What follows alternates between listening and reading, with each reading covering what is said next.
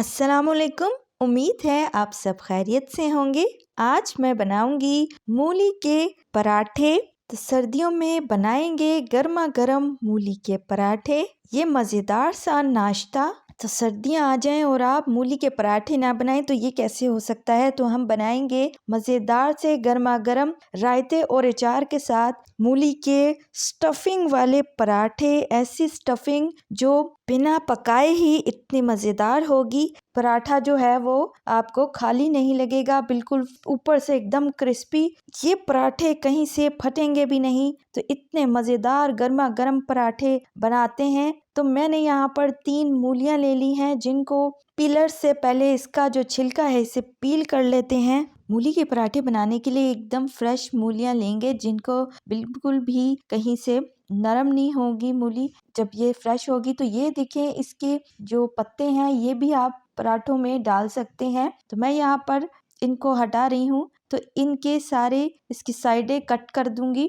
तो अब मूलियों को कर लेते हैं कद्दूकश। तो इस तरीके से मीडियम साइज का ये कद्दूकश के अंदर ये देखिए, इस तरीके से मैंने सारी मूलियों को कद्दूकश कर लिया है। 1 टीस्पून नमक। तो मूलियों को नमक लगा के रख देंगे। तो नमक लगाने से मूलियों में से जितना भी इसका जो पानी है वो बड़ी ही आसानी से निकल जाएगा। तो इस तरीके से मैं हाथ की मदद से ही प्रेस करके इसको सारा मूलियों का जो पानी है उनको निकाल दूंगी।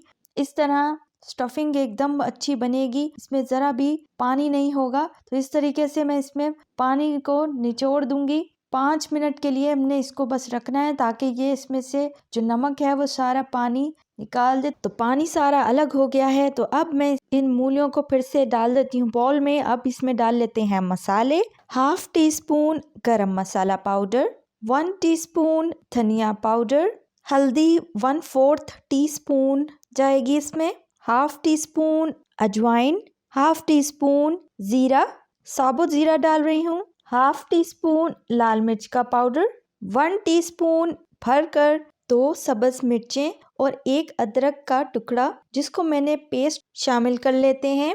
अब चॉप किया हुआ धनिया, 1/2 टीस्पून नमक आप अपने टेस्ट के मुताबिक कम या ज़्यादा कर सकते हैं। अब सारे मसालों को मिक्स कर लेते हैं। तो मसाले मैंने मिक्स कर लिए हैं, इसको कर देते हैं साइड पर। तो अब कर लेते हैं मूली के पराठे की डो तैयार। तो यहाँ पर मैंने गंदम का 3 कप आटा लिया है। आटा गूंथते हैं। तो यहाँ पर मैंने हल्के हल्के हाथों से यहाँ पर हमने आटा गूंद लेना है। सॉफ्ट सा आटा गूंदना है। आम जो सिंपल आटा होता है जिससे हम नॉर्मली घर में पराठे बनाते हैं, तो आप वो भी आटा इस्तेमाल कर सकते हैं। तो मैं इसके ऊपर हल्का सा यहाँ ऑयल लगा दूंगी ऊपर। इस तरीके से हम इसे थोड़ी देर के लिए ढक कर रख देंगे। तो आटा हो जाएगा तब तक सेट। तो आटा सेट हो गया है। तो अब इसमें से ले लेते हैं पराठे के लिए एक पेड़ा उठाएंगे। पेड़े का जो साइज है वो थोड़ा सा मैं बड़ा लूंगी। तो इसको अब लगा लेते हैं खुश्का।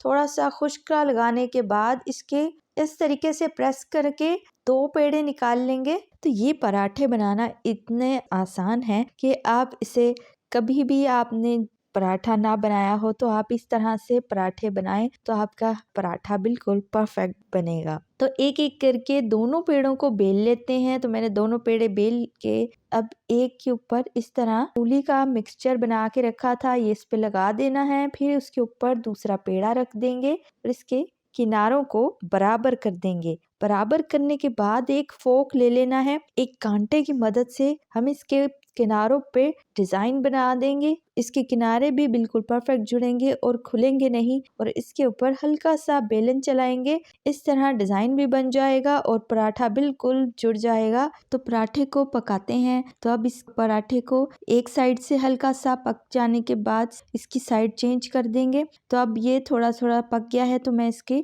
ऊपर घी लगा दूंगी। आप देसी घी लगा सकते हैं, मक्खन लगा सकते हैं। तो पराठे इससे खस्ता बनेंगे, क्रिस्पी बनेंगे, तो उतने ही ज़्यादा टेस्टी। तो पराठा खस्ता बनता है। तो पराठे की एक साइड फिर से पलट देंगे और थोड़ी देर, जब तक कि एक साइड का कलर गोल्डन टू ब्राउन नहीं हो जाता, मैं इसको पकाऊंगी। दोनों साइडों से पका लेंगे। तो कलर जो है दोनों साइडों से गोल्डन टू ब्राउन हो चुका है। तो ये 1 से 2 मिनट तक कुक हो चुका है। तो निकाल लेते हैं गर्मा गर्म मूली का स्टफिंग वाला पराठा।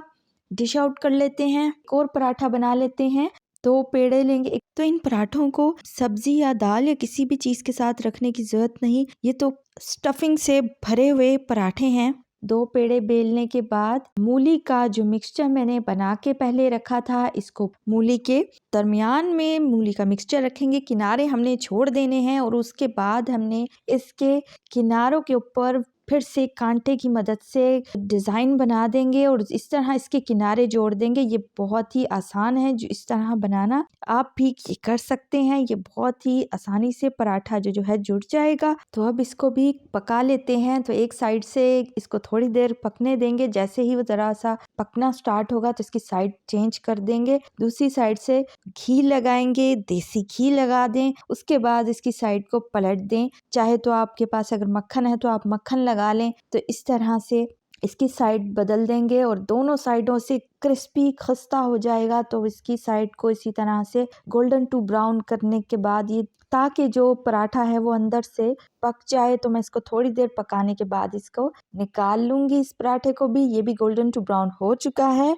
तो फ्रेंड्स, तैयार हैं हमारे मज़ेदार से मूली के पराठे। सर्दियाँ आ गई हैं, आप भी बनाएं नाश्ते में इतना मज़ेदार मूली का पराठा। तो मूली के गर्मा गर्म स्टफिंग से भरे हुए पराठे, जिनको मैंने दही का रायता और अचार के साथ सर्व किया है, आप भी इसी तरह इन पराठों को बगैर किसी सब्जी के ही इन पराठों को एंजॉय कर सकते हैं। इन मूली के पराठों को हम ब्रेकफास्ट में बना सकते हैं, चाहे तो इन्हें लंच में बना लें। तो ये पराठे इतने खस्ता हैं और अंदर से स्टफिंग भी बिल्कुल पक चुकी है। जैसा कि हमने इसकी स्टफिंग को बिना पकाए बनाया था, तो स्टफिंग भी बिल्कुल कुक हो चुकी है। वीडियो को अपने फ्रेंड और फैमिली के साथ लाइक और शेयर करें। चैनल पे नए हैं तो सब्सक्राइब करें। बेल आइकन के नोटिफिकेशन को प्रेस कर लें ताकि मेरी हर नई आने वाली वीडियो की नोटिफिकेशन सबसे पहले आप तक पहुंच सके। मिलते हैं एक नई रेसिपी के साथ। हमेशा फूड सीक्रेट को दुआओं में याद रखिएगा। अल्लाह हाफिज।